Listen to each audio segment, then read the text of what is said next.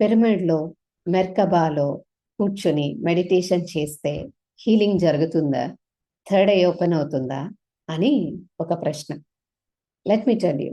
Pyramid కావచ్చు, లేదా Merkaba కావచ్చు, ఏదైనా గాని వాటి యొక్క పని మన మీద చేయాలంటే ముందు మనం మానసికంగా ప్రశాంత స్థితిలో ఉండగలగాలి. నీ ఆలోచనలు నీ కంట్రోల్‌లో ఉండాలి. ఆసన సిద్ధి ఉండాలి. శరీరము ఒక రాయిలాగా స్థిరంగా కూర్చోబెట్టగలగాలి. ఈ 2 లేకుండా మీరు ఎంత గొప్ప పుణ్యక్షేత్రంలో కూర్చున్నా, ఇప్పుడు చెప్పిన పిరమిడ్, మెర్కబా కింద కూర్చున్నా ఎలాంటి మార్పులు జరగవండి.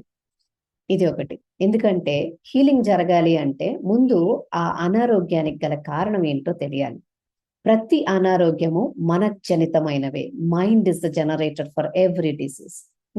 మరి ఎలాంటి ఆలోచనలు కలిగి ఉండటం వలన అక్కడ ఆ అనారోగ్యం ఉత్పన్నమైందో ఆ మూల కారణం అన్వేషించాలి కదా! అది అన్వేషించకుండా కేవలం నేను పిరమిడ్‌లో కూర్చుంటాను, మెర్కబాలో కూర్చుంటాను, నాకు హీలింగ్ అయిపోతుంది అంటే అది అజ్ఞానమే అవుతుందండి. కదా! బికాస్ ప్రతి అనారోగ్యానికి మన ఆలోచనలే కారణము. ఇది మళ్ళీ మళ్ళీ చెప్తున్నాను. ఆలోచనలు సరిచేయండి. ఎలాంటి పిరమిడ్‌లు, మెర్కబాలు అవసరం లేదు. హీలింగ్ దానంతట అదే జరుగుతుంది. ఇకపోతే థర్డ్ ఐ యాక్టివేషన్ అంటారా? యెస్. జనరల్లీ మన 5 టైప్స్ ఆఫ్ బ్రెయిన్ వేవ్స్ ఉంటాయి. ఇది మీకు తెలిసినదే. ఈ 5 టైప్స్ ఆఫ్ బ్రెయిన్ వేవ్స్‌లో ఒక పిరమిడ్, మెర్కబా లోపల గాని, ఆ ఆర్కిటెక్చర్ కింద గాని కూర్చున్నప్పుడు ఆ బ్రెయిన్ వేవ్స్ రిసీవ్ చేసుకునేది మారుతుందనమాట. ఆల్ఫా, తీటా వేవ్స్ లోనికి వెళ్తాం. సో, ఆ వేవ్స్‌ని గనక కంటిన్యూయస్‌గా ఒక్క 60 నిమిషాలు, మినిమమ్ 30 నిమిషాలు గనక ఏకధాటిగా మనం ఎలాంటి ఆలోచన లేకుండా స్వీకరించగలిగితే హ్మ్. దెన్ యెస్, చాలా చేంజెస్ జరుగుతాయి మన ఎనర్జీ సిస్టమ్‌లో.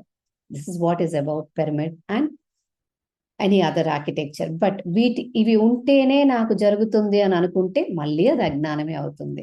బికాస్ ఒకటి ఉన్నప్పుడు జరిగితే అది లేనప్పుడు కూడా జరిగేటువంటి శరీర నిర్మాణ స్థితిని మనం కలిగి ఉండాలి.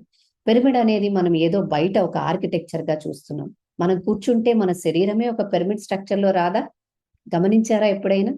That is what I wish and I guess that నేను చెప్పింది మీకు అర్థమైందనుకుంటాను. Thank you for the question.